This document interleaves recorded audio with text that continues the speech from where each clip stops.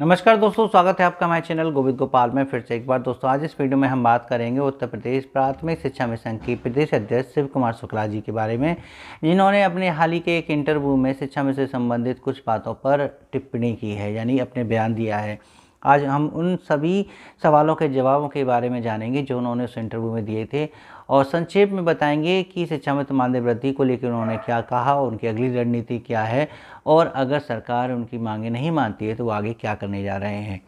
इसलिए इस वीडियो को लास्ट तक ज़रूर देखिएगा। तो हम बात करें अब इस वीडियो में शिक्षा मित्रों की खबर को लेकर, तो आपको बताएं कि शिव कुमार शुक्ला जी से जब इंटरव्यू में ये पूछा गया कि क्या शिक्षा में मानदेय वृद्धि को लेकर जो चर्चा चल रही है आपका उसके में क्या कहना है, तो उन्होंने साफ कह दिया कि देखिए कि जब तक मैं प्रस्ताव को अपनी आंखों से नहीं देख लेता हूँ, ये नहीं देख लेता हूँ कि मानदेय कितना बढ़ रहा है, तब तक मैं कोई भी पोस्ट नहीं लिखूँगा, तब तक मैं कोई भी टीका टिप्पणी नहीं कर सकता हूँ।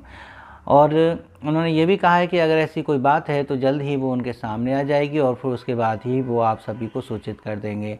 उन्होंने ये भी पूछा, क्या सरकार शिक्षा में मानदेय वृद्धि 20 फरवरी को होने वाले सम्मेलन के परिप्रेक्ष्य में कर सकती है कि 20 फरवरी को जो सम्मेलन हुआ, विशाल सम्मेलन हुआ, सरकार पर इसका फ़र्क पड़ा है, सकारात्मक असर दिखा है, तो क्या फिर से इतिहास की बात, जैसे इतिहास में होता था कि जब जब शिक्षा मित्रों ने एक बड़ी संख्या में आंदोलन किए हैं तो शिक्षा मित्रों को मानदेय वृद्धि का छोटे ही सही, लेकिन उनको मानदेय वृद्धि का तोहफा ज़रूर मिला है। तो क्या इस बार इस सम्मेलन के बाद भी शिक्षा मित्र मानदेय वृद्धि की जो खबर आ रही हैं वो इसके ही कारण हैं या कुछ और भी हैं।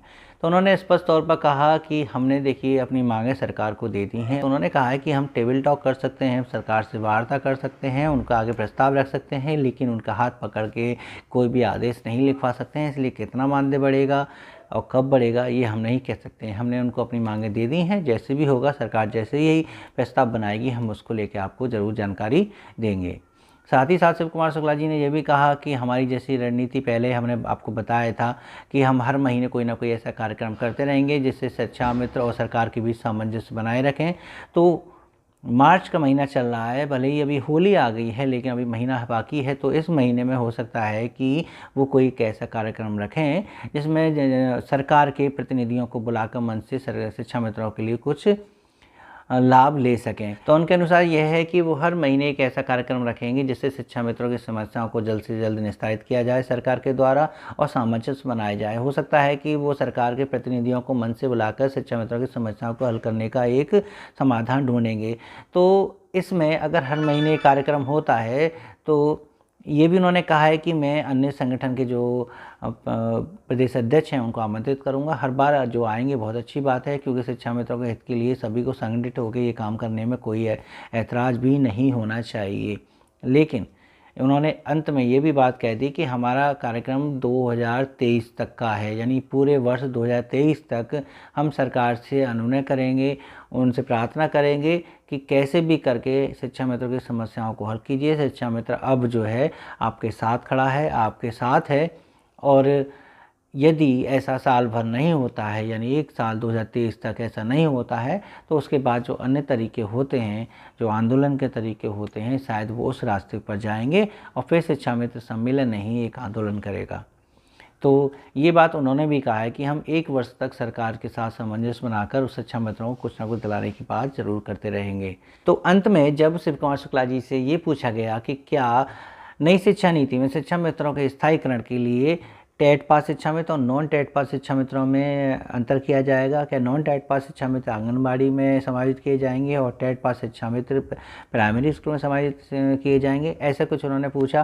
तो उन्होंने कहा कि हमारा काम सिर्फ अपने प्रस्ताव को देना है, फिर बाकी का जो रणनीति है, जो कार्यक्रम है, जो योजना है नई शिक्षा नीति को लेकर, वो सरकार बनाने की जिम्मेदारी है, वो हमारी नहीं है। सरकार जब इसको पूरी तरह से बना लेगी, डिसाइड कर लेगी, वो बताएंगी कि क्या हो रहा है क्या नहीं हो रहा है, उसके बाद ही कुछ कह सकते हैं। फिलहाल नई शिक्षा नीति में स्थायीकरण की मांग शिक्षा मित्रों की ये है कि उनको स्थायी रोजगार मिलना चाहिए। अब वो किस तरीके से मिलेगा, कहाँ मिलेगा, ये उनको ही तय करने दीजिए। उसमें हम कोई टीका टिप्पणी या पहले से ही कमिटमेंट नहीं कर सकते हैं कि ऐसा ही होगा। तो फिलहाल तमाम बातों को लेके कि यूट्यूब पर ये भी चल रहा है और यूट्यूब पर ये भी चल रहा है, उन्होंने कहा है कि आप बस ये सोचिए कि ये वर्ष आपके सामंजस्य बनाए रखने का वर्ष है।